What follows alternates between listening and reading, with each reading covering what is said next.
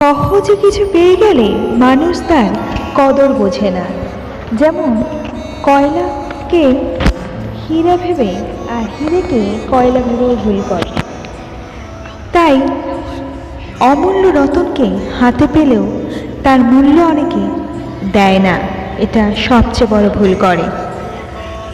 ইগোটা সরিয়ে রেখে যদি আমরা আমাদের ভালোবাসাকে কাছে পেয়ে নিতাম, তাহলে অনেক সম্পর্ক এই বাধ্যবাধকতা আর ওই ব্রেকআপ কথাটার কোনো মূল্য এখানে অতটা খাটতো না। কিন্তু আমরা যে ওই কে আগে বলবে, কে ভুল ভাঙাবে বা কে নিচু হবে, এটা ভেবেই অনেকটা সম্পর্ক নষ্ট করে দিয়ে অনেক সময় অতিবাহিত করে সময়টার অপচয় ছাড়া আর কিছু করি না। লোকে ভাবে আমি যদি একটু ডাউন হই তাহলে হয়তো আমি অনেকটা বেশি নিচু হয়ে গেলাম। সেটাও যেমন একদিকে কথা, তেমনি সেলফ রেসপেক্টটা ঠিক রাখারও কথা।